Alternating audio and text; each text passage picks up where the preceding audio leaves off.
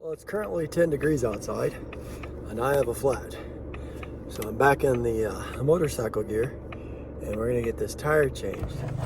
Alright, that's pretty easy to get to that tire.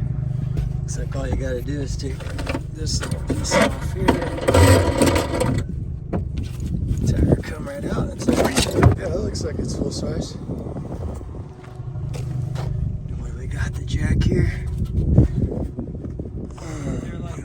Your tire iron is actually right here. It's in the jack. I've never seen that before. So now I need to jack the car up. It is something really smart. They put the instructions on where all the jacking points for the Ford Mustang are with a QR code with more instructions. So yeah. So now that I got it partially set for the jack, I need to put on the parking brake.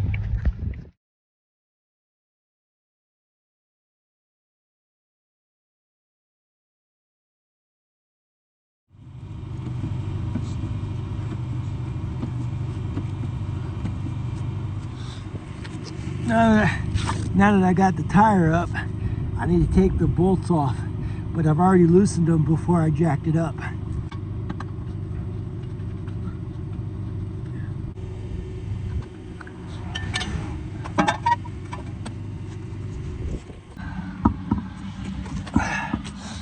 Well, now that I got the spare, it's time to put it on.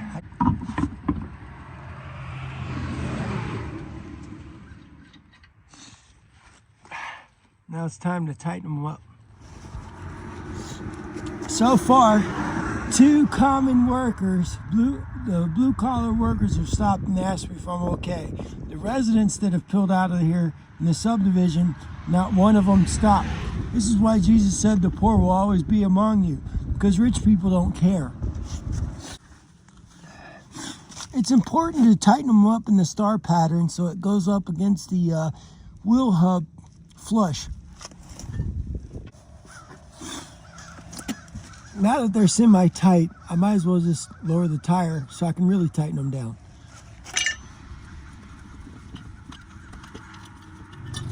All right, so now it's time to actually tighten the wheel lug nuts now that the tire is on the ground.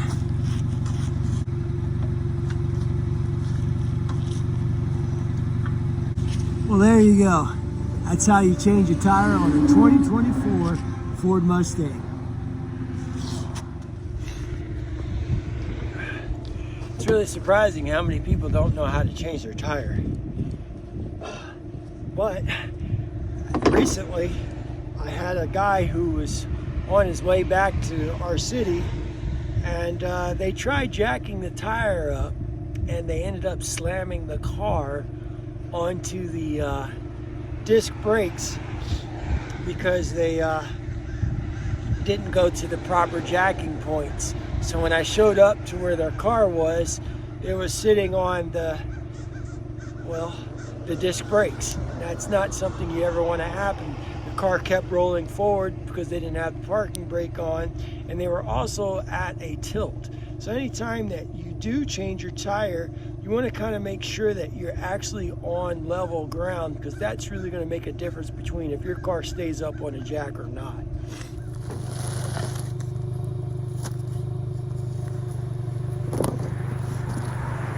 And then suddenly the tire started going flat, so I'm thinking something happened here, and it's on the inside of the rim, so nothing was hit. I mean, it just looks like a piece of metal in the road or something may have got it, but made quick work of that tire. So who's responsible for paying for the tires when you get a flat on a rental car? Well, if you decline all the extra coverages, I would never do such a thing. You pay for it. That's who pays for the damaged tire. You.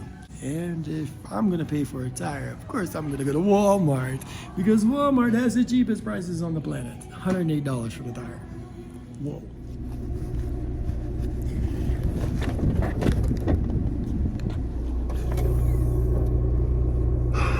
If I'd have been thinking properly, I wouldn't have put this thing back in.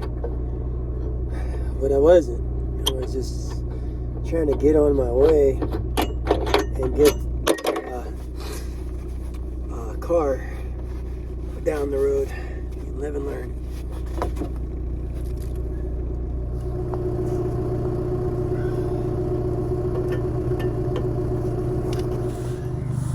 It's a good thing there's no snow and it's not cold.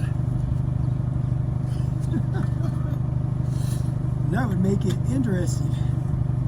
If you enjoyed today's video on how to change a tire, now I can finally go to work after 5 hours.